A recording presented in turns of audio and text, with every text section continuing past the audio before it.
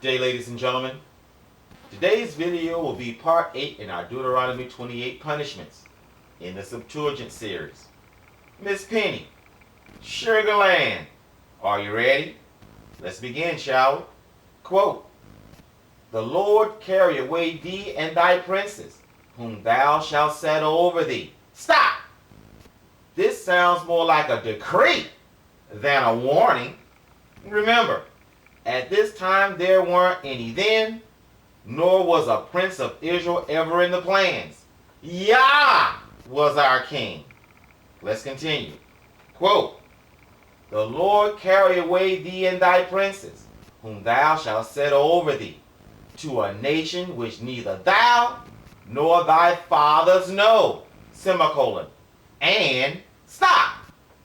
As we can see, this nation of people cannot be anyone of antiquity. Why?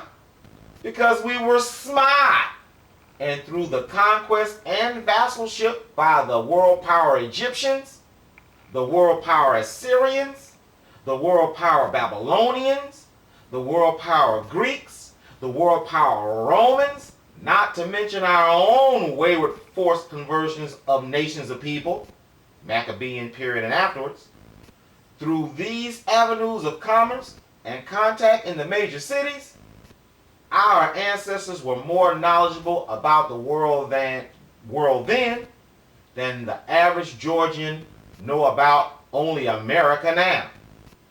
This can only be a newfound world power, and seeing all of the nations, I'm talking about the peoples and not the modern name, are ancient, except this different type of genetic masquerading mongrel we all call the modern cracker today, we must yield to the iterative method. In this case, the process of elimination. This brings me to a loose theory. Hopefully you can help me bridge the gap.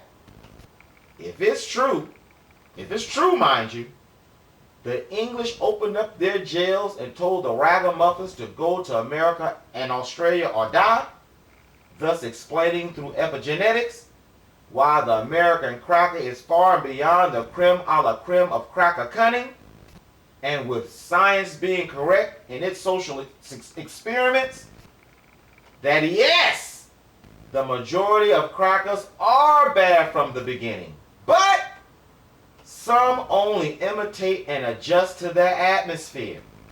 Let me explain.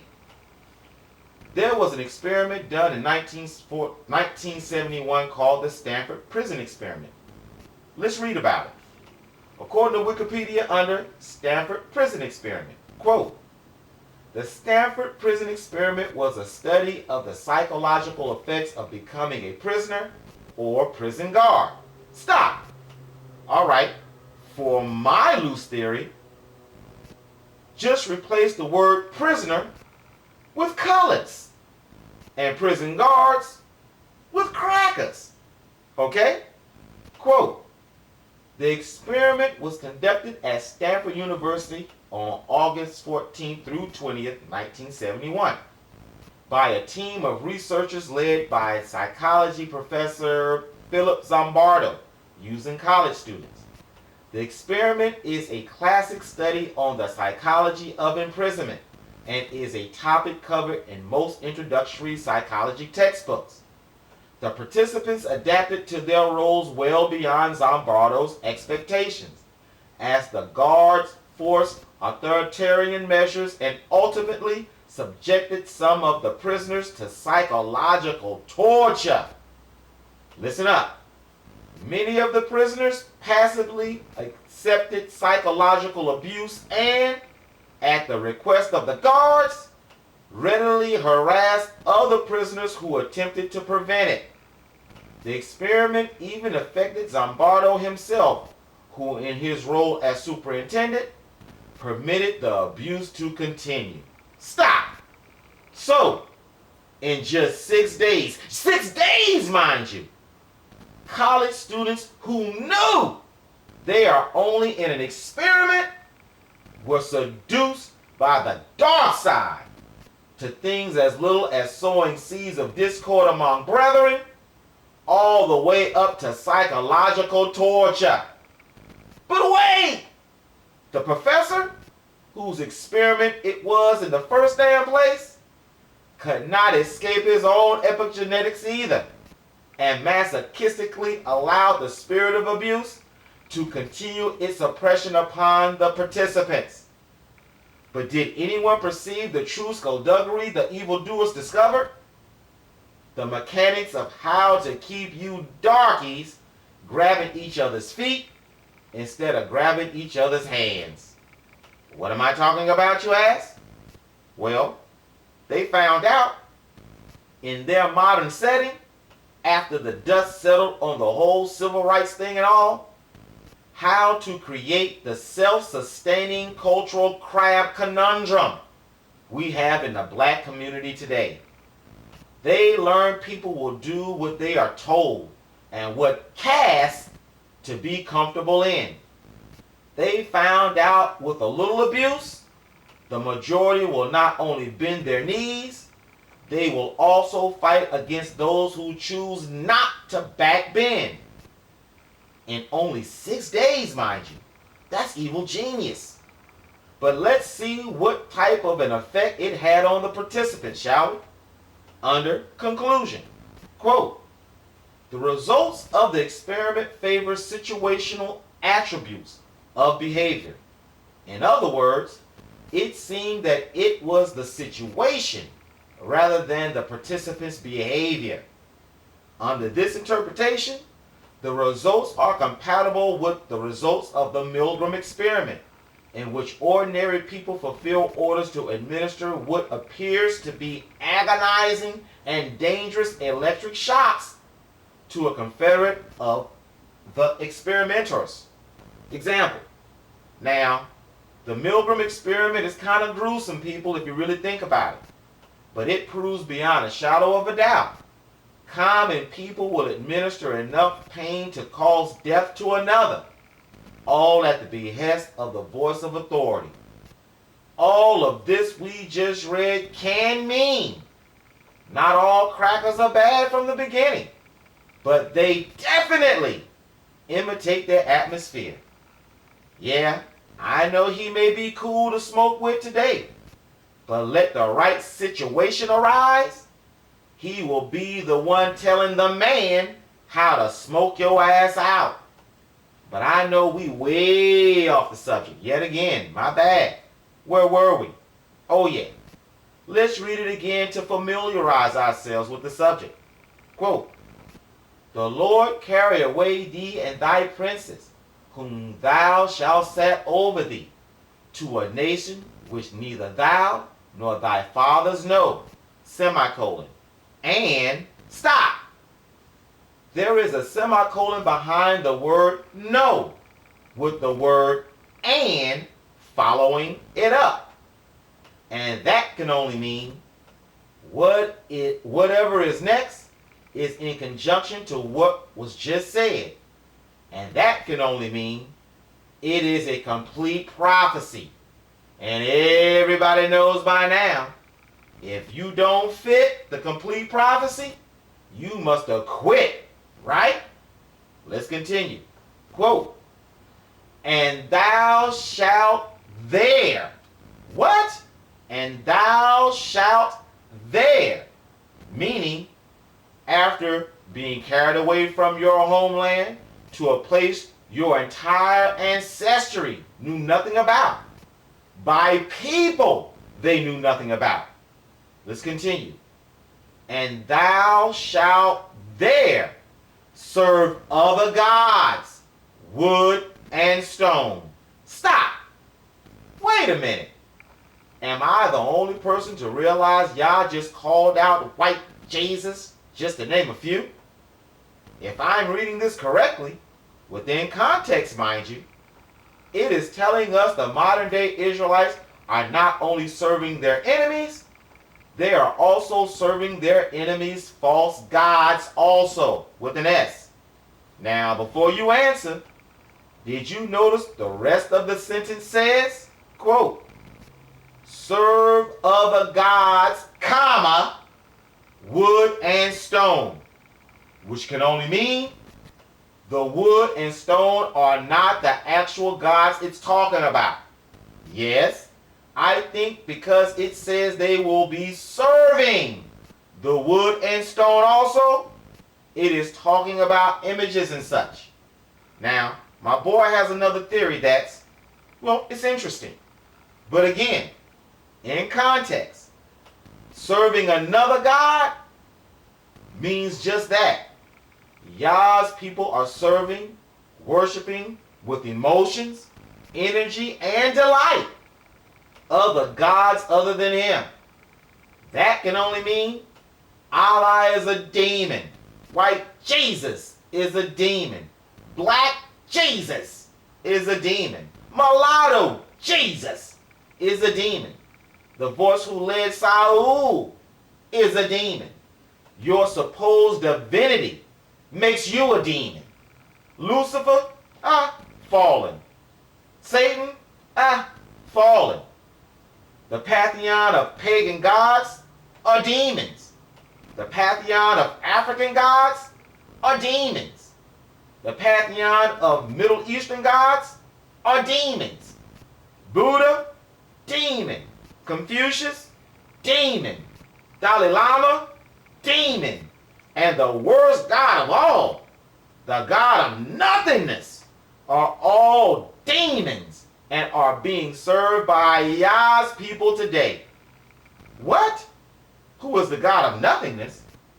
It's the god of the atheists and such. And yes, they believe in their nonsense just as religiously as I believe in Yah. You don't believe me? Stand near a feminist/gay rally and say, Yah is my God and my strength, and listen to them spew their venomous hate for Yah, and immediately try to attribute Yah's wonderful works with mere chance. Hence, why say nothingness? Let's continue. But wait! Just when you thought that particular prophecy was complete, it wasn't.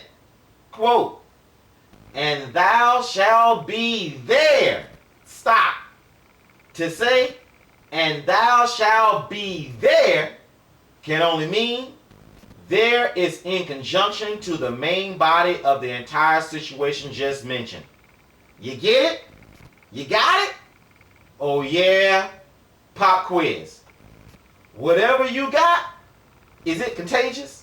No, seriously. Do you get everything said thus far?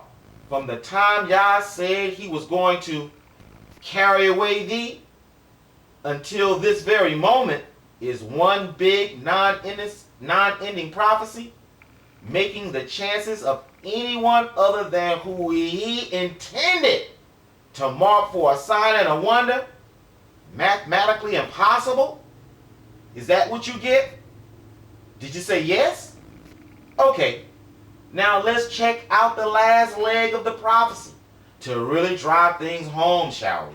Quote, and thou shalt be there for a wonder and a parable and a tale among all the nations to which the Lord thy God shall carry thee away. Stop. According to Google and myself, wonder means marvel, be amazed, be astonished, stand in awe, be dumbfounded, to gape, be flabbergasted.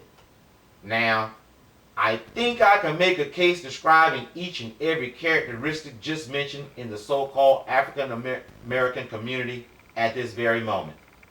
But fake-ass Ephraim are looked upon by the rest of the Latin society as the Spanish N-words. So I wanted to use something else to get everybody's minds right about the entirety of the matter.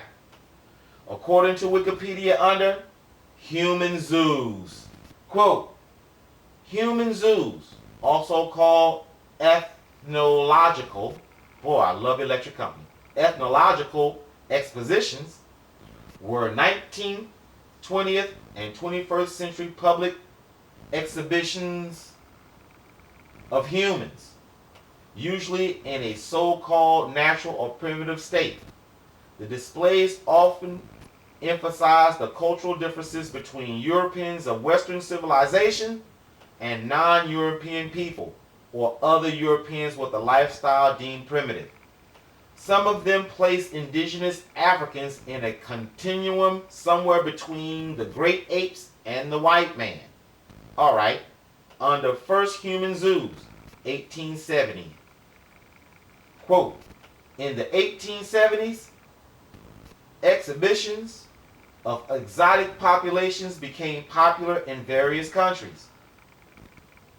Human zoos could be found in Paris, Hamburg, Antwerp, Barcelona, London, Milan, and New York City.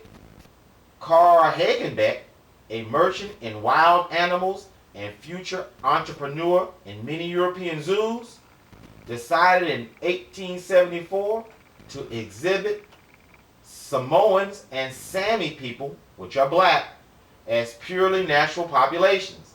In 1876, he sent a collaborator to the Egyptian Sudan to bring back some wild beasts and Nubians. The Nubian exhibit was very successful in Europe and toured Paris, London, and Berlin. Both the 1878 and the 1889 Parisian World Fair presented a Negro village, visited by 28 million people.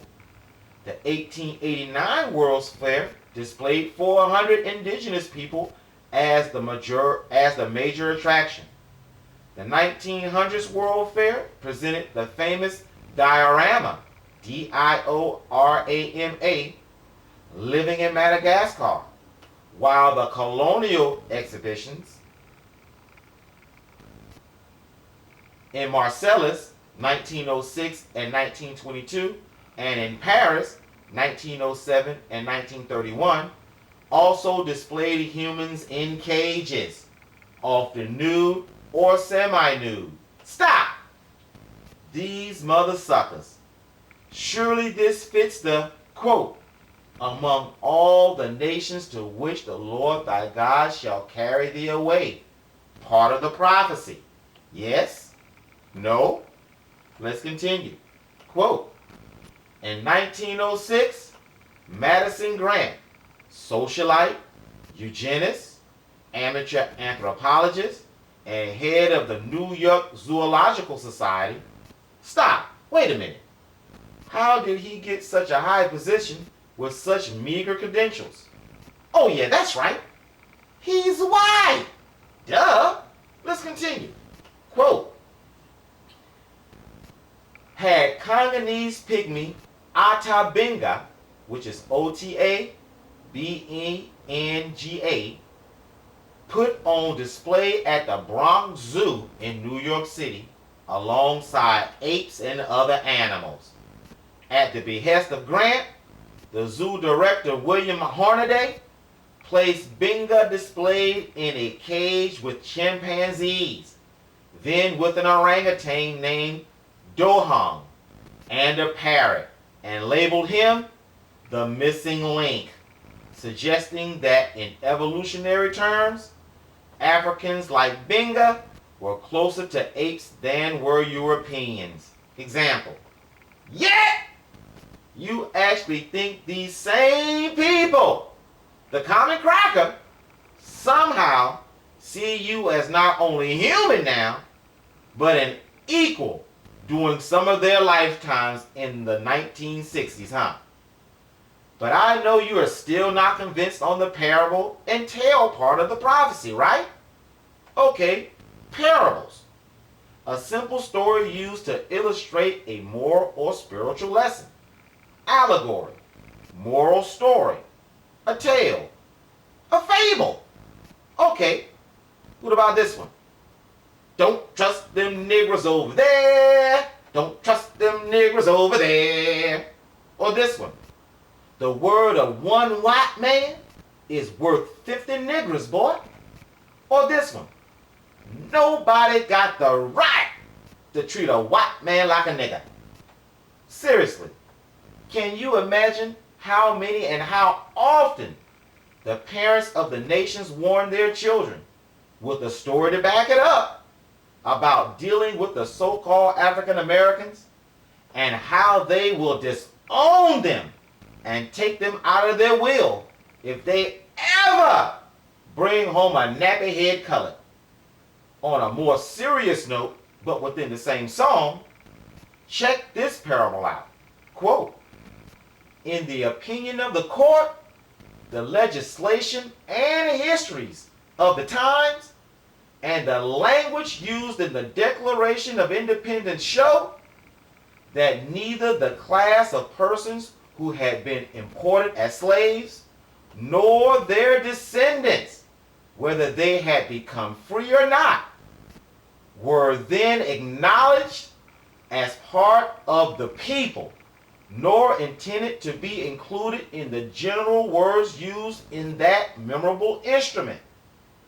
They had for more than a century before been regarded as beings of an inferior order and altogether unfit to associate with the white race, either in social or political relations, and so far inferior that they had no rights which the white man was bound to respect, and that the Negro might justly and lawfully be reduced to slavery for his benefit. That was Justice Roger B. Taney, a law that has never been overturned. Yeah, I know you heard that before, but have you heard why it is so very important in modern times? Yes, you're right. The Constitution does say slavery for a crime is legal. And yes, we are quickly approaching this point in our new money markets, free market theory, and need to create job societies. But have you heard how this may all go down? I have been screaming from the rafters about a self-proclaimed stealth mission by ultra-conservative Constitution dominionists who believe in the letter of the document and say there is no such thing as the spirit of the document.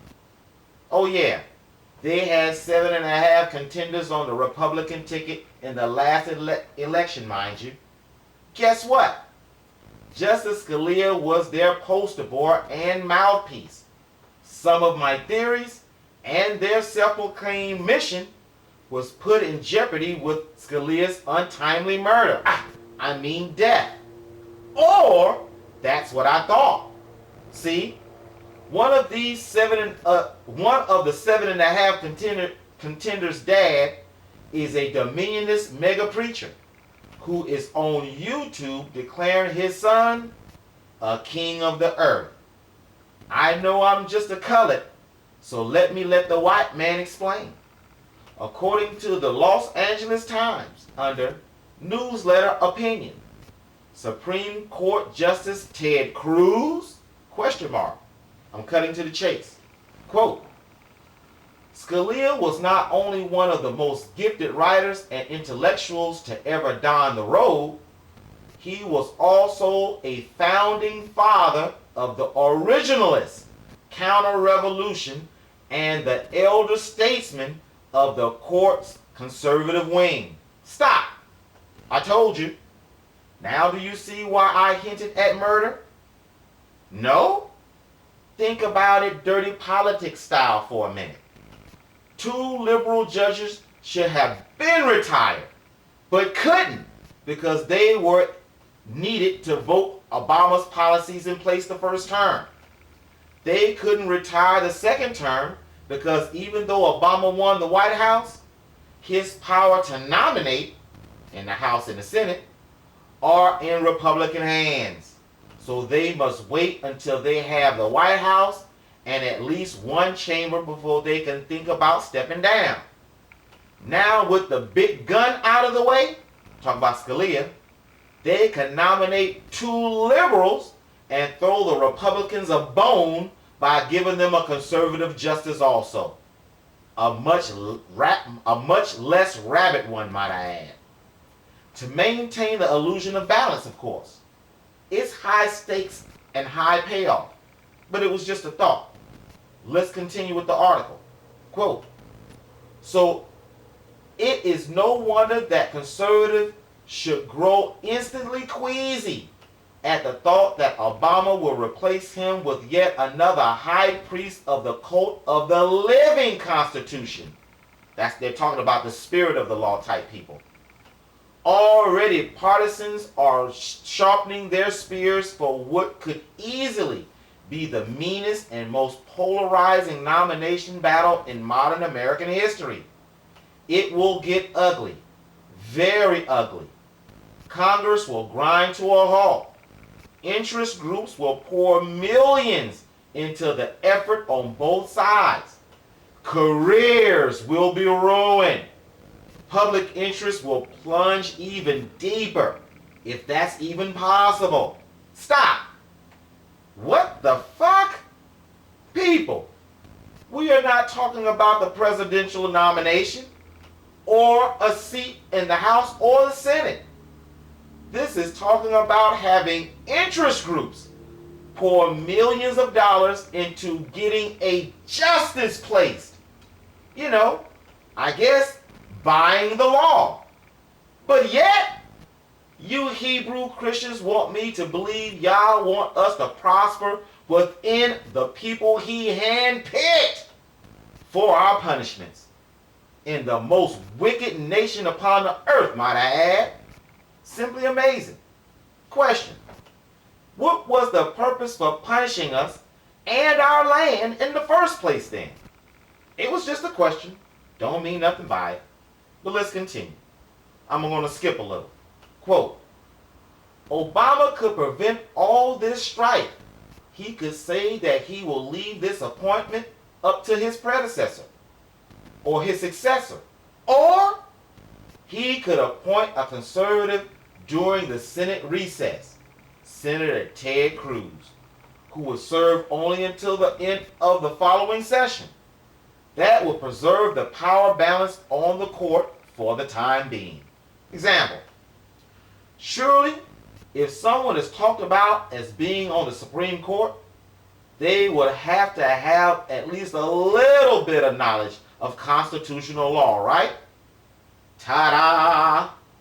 Ted Cruz, a programmed Tea Party dominionist, whose wife works for the World Bank, whose personal directive is to tear down the government so a constitution-based, white Jesus-loving, white God-fearing, well, I guess that's synonymous to Christians, white America can be born off the ashes of the old. No crack. So as you can see, these Christians crackers think they have a manifest destiny. But all scriptures attest, whatever their plans, will turn into the grapes of wrath. Now let's go to a tale. According to Google and myself, a tale is a fictitious or true narrative or story, especially one that is recounted. A legend, fable, myth, parable, lie, fib, falsehood, untruth, fabrication, fiction, told story, fairy tale, cock and bull story. Well, let's try this one. Uncle Tom's Cabin, Little Black Sambo, Vaudeville and Blackface. I got a question. What do you call a black doctor? Answer, a nigga with a stethoscope.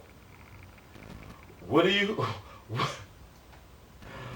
do all the niggers run when they hear a chainsaw?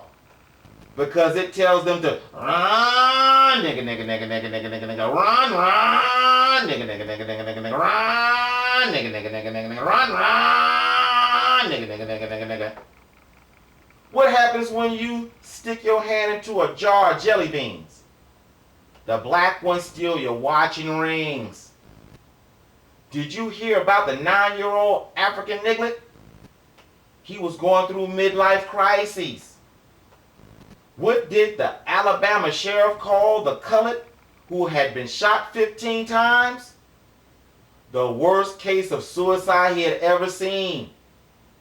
I can go on and on with the tales about black people, no matter where they are in the world. Gandhi, Gandhi made black jokes. Muhammad made black jokes. The French make black jokes. The Germans make black jokes. Hell, even stank-ass Africans make black jokes. Now, how many Puerto Rican, Cuban, Dominican, etc. jokes can you rattle off at the top of your head right now? Notice I didn't say Mexican. Why? Because I know some pretty good beaner jokes myself. I wish you would make a Goldfinger joke. They will destroy your entire family income. I'm going to stop because I'm tired. I know you can hear it. But here's a quick sidebar perceptual avenue change. I haven't even talked about how the crisis industry has preyed upon the world with their tales of African American horror stories, playing upon the sympathy of the nations to get funding for their projects and such. Yeah, all on television and social media. It's normal now. Thank you for looking at this video, and look for the next.